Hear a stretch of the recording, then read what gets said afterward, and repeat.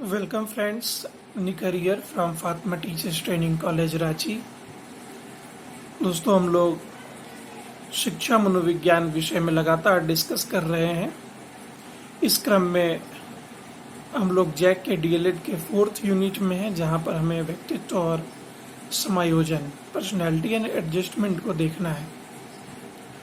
और इसमें हम लोग देख रहे हैं कि व्यक्तित्व के विकास में वंशानुक्रम का, जैविकीय कारकों का और वातावरण का क्या प्रभाव पड़ता है। देखिए, ये टॉपिक सिर्फ डीएलएड के स्टूडेंट्स के लिए ही नहीं, बल्कि बीएड, एमएड, सीटेट और यूजीसी नेट, जो कि एजुकेशन पेपर से अगर देना चाह रहे हो, सबके लिए समान रूप से उपयोगी है। अपने पिछले अंक में हमने इसी टॉपिक में देखा था कि व्यक्तित्व को कौन कौन से तत्व प्रभावित करते हैं, यानी कितने चीजों से मिलकर हमारे व्यक्तित्व का निर्धारण होता है। परंतु आज के इस अंक में हम लोग सिर्फ जैविकीय कारकों को, आनुवंशिक कारकों को और वातावरणीय कारकों को ही देखेंगे। सबसे पहले हम लोग लेते हैं आनुवंशिक कारणों को। देखिए, किसी भी मानव शिशु का जन्म जब होता है तो वह अपने साथ अपने वंश परंपरा, यानी अपने माता के वंश और अपने पिता के वंश, हर ओर से जेनेटिक सूचनाएं लेकर पैदा होता है। जेनेटिक सूचनाएं लेकर पैदा होने का मतलब यह है कि जब भी गर्भस्थ शिशु का निर्धारण होता है तो वो 23 पेयर्स ऑफ क्रोमोसोम से होता है, जिसमें आधे माता की ओर से और आधे पिता की ओर से आते हैं, और उससे कुल 23 जोड़ी क्रोमोसोम्स का निर्माण होता है। क्रोमोसोम्स को हिंदी में गुणसूत्र भी कहते हैं। गुणसूत्र इसलिए कहते हैं उसे क्योंकि ये माता और पिता दोनों ही वंश परंपरा के गुणों को भी धारण करता है। कुल मिलाकर माता और पिता दोनों के ही वंश परंपरा और उसमें जो भी जेनेटिक मैसेजेस हैं उसको लेकर एक शिशु उत्पन्न होता है। जब उसका जन्म होता है तो वो इन सारे गुणों को प्रदर्शित करता है। प्रदर्शित करने में आप देख सकते हैं, जैसे कई बार नवजात शिशु को लोग जब देखते हैं तो कहते हैं कि इसकी आंखें इसके दादाजी पर गई हैं, इसकी नाक इसके नाना जी पर गया है, इसका रंग माता पिता से लिया हुआ है, इसके बाल किसी अन्य पूर्वज के साथ आपको जोड़कर बताया जाता है वहां से प्राप्त हुआ है। आपकी कद काठी, आपकी लंबाई या आपका नाटापन, सब कुछ आप देखेंगे किसी न किसी पूर्वज के सदृश दिखती है। तो इसका मतलब होता है कि एक मनुष्य के व्यक्तित्व पर उसके वंश परंपरा का प्रभाव होता है। अब आप ये भी देखेंगे कि कई बार ऐसा देखने में आया है कि सिर्फ कद काठी और बाहरी रूप रंग ही नहीं, बल्कि काम करने की आदतें और गुणवत्ता भी अपने किसी पूर्वज से प्राप्त की गई है। जैसे किसी वंश के लोग अगर गणित में बहुत अच्छा हैं, पढ़ने लिखने में काफ़ी अच्छे हैं, तो उनके घर के बच्चे भी स्वाभाविक रूप से उन विषयों में ज़्यादा अच्छे कर जाते हैं। अपने पिछले वीडियो में मैंने आपको मैडम क्यूरी का एग्जाम्पल दिया। आप भारत में देख सकते हैं रविंद्रनाथ टैगोर की फैमिली एक ऐसे ही फैमिली से बिलोंग करती है। सिनेमाई जगत में आप चलें तो कपूर फैमिली, पृथ्वीराज कपूर से लेकर रणवीर कपूर तक आप देख सकते हैं अभिनय की एक शानदार प्रक्रिया उनके जीन में मौजूद है, जेनेटिक कोड में मौजूद है। उन्हें एनएसडी जानने की बहुत आवश्यकता नहीं होती, वो उनके ब्लड में है। किसी अच्छे कलाकार का पैदा होना, तो ये सब कुछ आप देखते हैं कि वंश परंपरा से भी आते हैं। हालांकि बाहरी जो परिस्थितियां हैं वो भी बहुत बड़ा प्रभाव डालती हैं।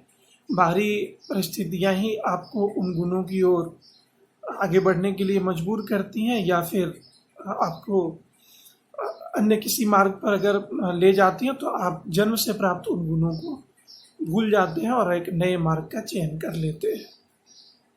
कंफ्यूज नहीं होना है, बिल्कुल क्लियर कट रहना है आपको। इसके साथ साथ आप देखेंगे कि बहुत सारे शील गुण ऐसे भी हैं जो किसी बच्चे में नहीं भी देखने के लिए मिल सकते हैं, लेकिन गहराई से अगर पड़ताल की जाए तो वो अपने ही किसी पूर्वज से उन ट्रेट को प्राप्त करते हैं, उन गुणों को प्राप्त करते हैं। मेंडल का नाम आपने सुना होगा, जो कि फादर ऑफ जेनेटिक्स कहे जाते हैं। तो उन्होंने काफ़ी गहन शोध किया इस पर, डेप्थ में जाकर रिसर्च किया, और उन्होंने बताया कि जरूरी नहीं है कि बच्चे जो पैदा हो रहे हैं वो अपने माता पिता के गुण को ही दिखाएं। कई बार वो अपने किसी सुदूर पूर्वज के गुणों को भी लेकर उत्पन्न होते हैं। लेकिन यह एक सत्य है कि वंशानुक्रम का प्रभाव आपके व्यक्तित्व पर पड़ता है। आपका वैसा व्यक्तित्व जो बाहरी हो और आपके वैसा व्यक्तित्व जो आंतरिक गुणों को कहा जा रहा है, इन सारे ही चीजों पर आपकी वंश परंपरा का प्रभाव अनिवार्य रूप से पड़ता है।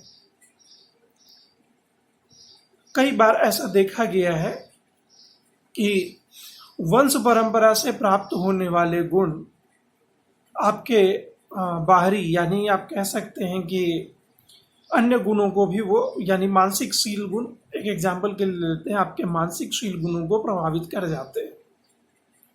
कैसे?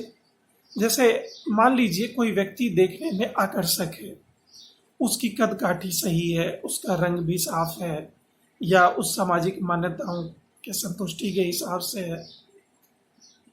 तो इन सारे चीजों के होने से क्या होता है कि उन बालकों को समाज में काफी रेस्पेक्ट मिलता है, लोग उससे अच्छे से व्यवहार करते हैं, अच्छे शब्दों से उसे संबोधित करते हैं।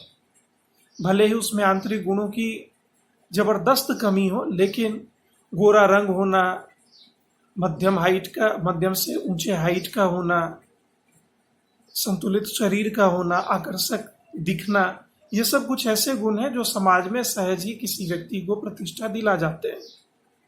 तो उसका जो मानसिक गुण है वो उसी हिसाब से विकसित होता है, उसे अनावश्यक चिंता या अनावश्यक ताने नहीं सहने पड़ते हैं, तो शांत सौम्य प्रवृत्ति का व्यक्तित्व बन जाता है। लेकिन कोई व्यक्ति ऐसा है, मान लीजिए नाटा है, मोटा भी है, उसका रंग भी साफ नहीं है, तो ऐसे व्यक्तित्व के लोगों को आप देखेंगे कि समाज में प्रायः अलग अलग उपनामों से पुकारा जाता है। उसका आकर्षक ना होना उसके लिए अभिशाप बन जाता है, तो उसे तरह तरह के संबोधनों से होकर गुजरना पड़ता है। इन सारे ही चीजों का प्रभाव उसके व्यक्तित्व के विकास पर पड़ता है। वो काफी चिड़चिड़ा हो सकता है, वो गुस्सैल भी हो सकता है, या फिर वो हीन भावना से ग्रसित भी हो सकता है, यानी कि निरर्थक चीजों की चिंताएं उसके अंदर घर कर जाती हैं। इससे उसका मानसिक शील गुण प्रभावित हो जाता है। तो अब देखते हैं हम लोग कि जो हमारा दूसरा महत्वपूर्ण बिंदु है, यानी कि जैविकीय कारक जो कि व्यक्तित्व को प्रभावित करते हैं। मैंने आपको बताया पिछले वीडियो में कि जैविकीय कारकों में मुख्य रूप से हार्मोनों को जिम्मेदार माना जाता है, और हार्मोन्स दो तरह के होते हैं और इनका सेक्रेशन हमारे व्यक्तित्व पर अपना प्रभाव डालता है। देखिए, हार्मोन्स दो तरह के होते हैं, माफ कीजिएगा, हार्मोन्स में जो सेक्रेशन होता है उसकी प्रवृत्ति के आधार पर इसे दो समूह में रखा गया है। एक है अंतःस्रावी और दूसरा है बहिर्स्रावी, और दोनों ही प्रकार के ग्लैंडों से इनका सेक्रेशन होता है। दो प्रकार की ग्रंथियां हैं, उनसे इसका सेक्रेशन होता है। तो जो बहिर्स्रावी ग्रंथियां हैं उसे अपने श्रावण के लिए या बहने के लिए किसी भी प्रकार के नलिकाओं की आवश्यकता नहीं होती है, यानी उसे एक्सोक्राइन या डक्टलेस ग्लैंड भी कहते हैं। जैसे आंसुओं का आना, जैसे पसीने का निकलना, जैसे मूत्र का विसर्जन, ये सब कुछ बहिर्स्रावी ग्रंथियों के उदाहरण है। इसमें चीजें जो कुछ भी है, हार्मोन्स जो भी है, वो शरीर से बाहर निकल जाता है। लेकिन वैसे हार्मोन्स जो शरीर के अंदरूनी हिस्सों में स्रावित होते हैं, अंदरूनी हिस्सों में बहते रहते हैं, उनके लिए आवश्यक हो जाता है कि वो नलिकाओं के माध्यम से बहें। इसीलिए इन्हें अंतःस्रावी ग्रंथियां कहते हैं। चूंकि ये शरीर के अंदर प्रवाहित होती रहती हैं, इसलिए इन्हें नलिकाओं की आवश्यकता होती है। इन्हें एंडोक्राइन ग्लैंड्स कहते हैं। तो बहुत सारे ऐसे हार्मोन्स हैं जो हमारे व्यक्तित्व के निर्धारण में अपनी महत्वपूर्ण भूमिका निभाते हैं। उनमें से कुछ महत्वपूर्ण हार्मोन्स को हम लोग देखेंगे। इस क्रम में सबसे पहला हार्मोन ग्लैंड जो है वह है पिट्यूटरी ग्लैंड, यानी हिंदी में पीयूष ग्रंथि कहते हैं। ये पूरे शरीर का मास्टर ग्लैंड कहा जाता है, क्योंकि इससे कई महत्वपूर्ण हार्मोनों का सेक्रेशन होता है और ये हार्मोन्स हमारे शरीर को गहरे अर्थों में प्रभावित करते हैं। जैसे आप देखेंगे कि शरीर में ब्लड प्रेशर को मेंटेन करना या व्यक्ति का बौना हो जाना इसकी कमी से, इसके साथ साथ अन्य कई तरह के जो परिवर्तन होते हैं शरीर में, वो इस ग्लैंड से प्रभावित होते हैं। इस ग्रंथि में कई बार ऐसा देखा गया है कि अन्य ग्रंथियों के हार्मोनों के सेक्रेशन को प्रवाहित करने की क्षमता पाई जाती है। यही वजह है कि इसे मास्टर ग्लैंड यानी पीयूष ग्रंथि कहते हैं। ये एक से अधिक हार्मोनों के सेक्रेशन का सोर्स है और उनको प्रभावित करता है। अगला हमारा महत्वपूर्ण ग्लैंड है एड्रिनल ग्लैंड। तो एड्रिनल ग्लैंड से हम लोग देखते हैं कि जैसे किसी भी व्यक्ति में थकान का होना या फिर उसका सक्रिय नहीं रह जाना, इससे पता चलता है कि एड्रिनल ग्लैंड में हार्मोनों का सेक्रेशन उचित ढंग से नहीं हो पा रहा है। और कई बार उत्तेजना की अवस्था पाया जाना या किसी भी चीज में अत्यधिक सक्रिय हो जाना, यह भी इसी ग्लैंड के हार्मोनों के पर्याप्त सेक्रेशन का परिणाम होता है। इसके बाद अगला ग्रंथि है, अगला ग्लैंड है थायराइड ग्लैंड। थायराइड ग्लैंड हमारे गले में होता है। इसके हार्मोन, इसके स्रावित होने वाले जो हार्मोन्स होते हैं, अगर वो संतुलित ढंग से ना हो तो हार्मोन से संबंधित काफी गंभीर समस्या उत्पन्न होती है, जिसे आप लोग थायराइड के नाम से जानते हैं। इसमें व्यक्ति काफी चिंता करने वाला या अपने संवेगों पर नियंत्रण नहीं रखने वाला, अत्यधिक गर्मी, अत्यधिक ठंड, इन सारे चीजों से परेशान होने वाला और चिंता करने वाला टाइप का हो जाता है। इसके बाद हमारा अगला जो ग्लैंड है वह है पाराथायराइड ग्लैंड। इसमें हार्मोनों का सेक्रेशन जो होता है वो किसी भी व्यक्ति के व्यक्तित्व को शिथिल बनने से रोकता है। यानी अगर इसमें संतुलित हार्मोनों का सेक्रेशन संतुलित रूप में ना हो तो शिथिलता के दर में उतार या चढ़ाव देखने को मिलता है। इसके बाद अगला जो प्रमुख एंडोक्राइन ग्लैंड्स है वह है पैंक्रियाज। ये अमाशय के ठीक नीचे होता है और ये आपके शरीर में ग्लूकोज की मात्रा को संतुलित रखने का प्रयास करता है। इसी में असंतुलन उत्पन्न हो जाने से मधुमेह नामक बीमारी होती है, जिसे आप डायबिटीज के नाम से जानते हैं। अगला प्रमुख ग्लैंड है और इसके बारे में विशेष रूप से बताने की कोई आवश्यकता नहीं। आप जानते हैं कि जो सेक्स ग्लैंड है वह भी मनुष्य के व्यक्तित्व को प्रभावित करता है। यानी जिस प्रकार के हार्मोन का सेक्रेशन व्यक्ति के शरीर में पाया जाएगा, उसी प्रकार का सेक्सुअल सांवेगिक उत्तेजना उसके अंदर पाई जाती है। कई बार ऐसा देखा गया है कि इसमें असंतुलन हो जाने की वजह से पुरुष होते हुए भी स्त्री वाला स्वभाव दिखाते हैं या स्त्री होते हुए भी पुरुष जैसा व्यवहार दिखाने लगती हैं लड़कियां। तो यह इस ग्लैंड से सेक्रेट होने वाले जो हार्मोन्स होते हैं वह भी व्यक्तित्व को काफी गहराई तक प्रभावित करते हैं। तो जैविकीय कारकों में इन सारे ग्लैंड्स रिस्पॉन्सिबल हमारे पर्सनैलिटी के डेवलपमेंट के लिए, लेकिन जैविकीय कारक में हार्मोनों के सेक्रेशंस के अलावे भी कुछ ऐसा है जो हमारे व्यक्तित्व को प्रभावित करता है। तो वो दूसरा तत्व यानी हार्मोनों से अलग दूसरा तत्व है हमारा नर्वस सिस्टम। हमारा नर्वस सिस्टम जिस तरीके से वर्क करता है, हम उसी प्रकार के व्यक्तित्व के स्वामी बनते हैं। अगर आपका अपने नर्वस सिस्टम पर कंट्रोल है, नियंत्रण है, या फिर यूं कहें कि आपका नर्वस सिस्टम का डेवलपमेंट सही दिशा की ओर हुआ है और वो संतुलित अवस्था में काम कर रहा है, तो आप अपने स्नायु पर, अपने संवेगों पर, इन सारी चीजों पर नियंत्रण रख पाते हैं। तो काफी संतुलित व्यक्तित्व के स्वामी आप बनते हैं। लेकिन जिनका अपने नर्वस सिस्टम पर कंट्रोल नहीं होता, वो काफी रिएक्शनिस्ट टाइप के व्यक्तित्व वाले व्यक्ति बन जाते हैं। किसी भी चीज पर आक्रामक हो जाना, उत्तेजित हो जाना, या फिर अपना पेशेंस लूज कर देना, ये सब उनके व्यक्तित्व का हिस्सा बन जाता है।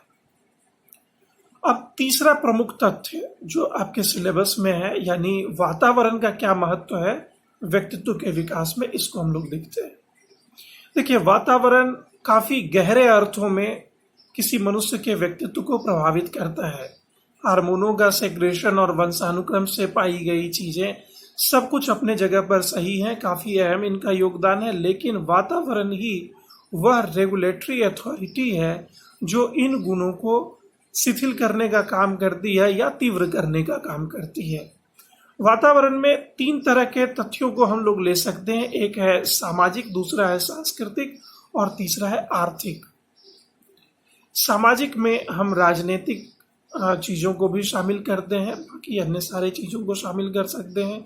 आपकी शिक्षा व्यवस्था भी इसी के अंतर्गत शामिल है, यानी परिवार, समाज की सोच, राजनीतिक व्यवस्था, शिक्षा की व्यवस्था, स्कूल, शिक्षक, छात्र, सहपाठी, ये सब कुछ, ये सारे फैक्टर सामाजिक कारक के अंतर्गत आ जाते हैं। ये वातावरण का सामाजिक कारक है।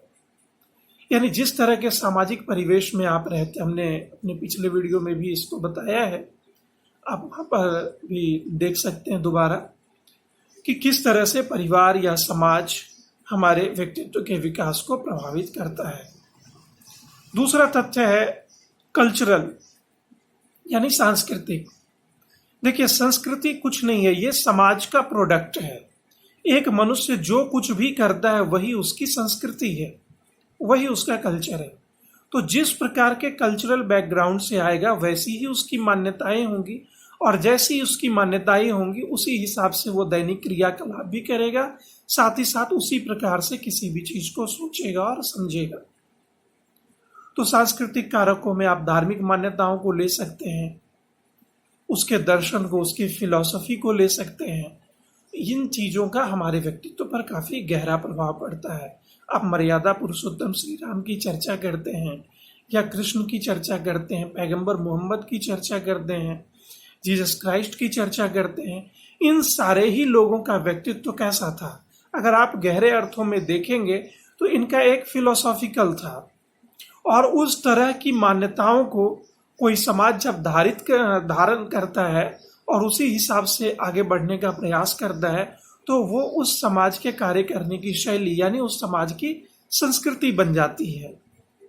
तो सांस्कृतिक कारक हमारे व्यक्तित्व को प्रभावित करता है। अगर आप क्रिश्चियन हैं तो आपके सोचने का और रिएक्ट करने का तरीका अलग होगा। अगर आप इस्लाम के फॉलोअर हैं तो किसी भी चीज को देखने का नजरिया आपके सांस्कृतिक पृष्ठभूमि से प्रभावित होगा। अगर आप हिंदू परंपरा से आते हैं तो किसी भी चीज को डिस्कस करने में आप वैसे ही अप्रोच से उन चीजों को देखने का प्रयास करेंगे।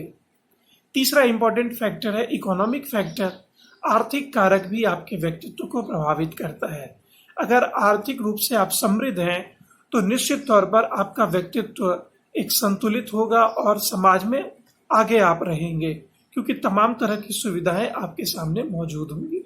लेकिन अगर आपके पास इकोनॉमिक पावर नहीं है एक व्यक्ति के रूप में, एक समाज के सदस्य के रूप में, तो तमाम तरह की परेशानियों का सामना करना पड़ता है, तमाम तरह की बाधाएं आपके सामने आती हैं। किसी काम को प्रारंभ करने से पहले ये चिंता घर कर लेती कि इसके लिए जरूरी संसाधन कहाँ से जुटाए जाएंगे। इसके साथ साथ संसाधनों पर जितना अधिक आपका अधिकार होता है, समाज से उसी मात्रा में आपको परिस्थिति यानी स्टेटस प्राप्त होता है। अगर आप आर्थिक संसाधनों से परिपूर्ण हैं तो समाज में एक अलग तरह का नजरिया आपके लिए बनता है और आपके साथ जैसा ट्रीट होता है आप उसी तरह के व्यक्तित्व के मालिक बन जाते हैं। लेकिन अगर आप आर्थिक रूप से विपन्न हैं, सक्षम नहीं हैं, तो आपको तमाम तरह के असुविधाओं का और तमाम तरह के आलोचनाओं का सामना करना पड़ता है और ये चीज़ आपके सोचने की प्रक्रिया से लेकर आपके व्यक्तित्व के विकास की प्रक्रिया तक को प्रभावित कर जाती है। तो दोस्तों, हमने ये देखने का प्रयास किया कि अपने सिलेबस के हिसाब से वंशानुक्रम, जैविकीय कारक और जो वातावरणीय कारक है वो किस प्रकार से किसी मनुष्य के व्यक्तित्व के निर्धारण में अपनी भूमिका निभाता है। इस संदर्भ में जो भी पॉइंट्स क्लियर ना हुए हों आप हमारे साथ डिस्कस कर सकते हैं। और अगर अभी तक आपने चैनल को सब्सक्राइब नहीं किया है तो आप सब्सक्राइब कर लें, अपने दोस्तों के बीच में लगातार इसे शेयर करें ताकि लॉकडाउन का फ़ायदा उठाया जा सके, एग्ज़ाम के लिए आप प्रिपेयर हो सके और सीटेट की तैयारी में भी ये आपके लिए यूजफुल हो सके। तो मिलते हैं अपने नए वीडियो में नए टॉपिक के साथ, तब तक के लिए आपका बहुत बहुत धन्यवाद।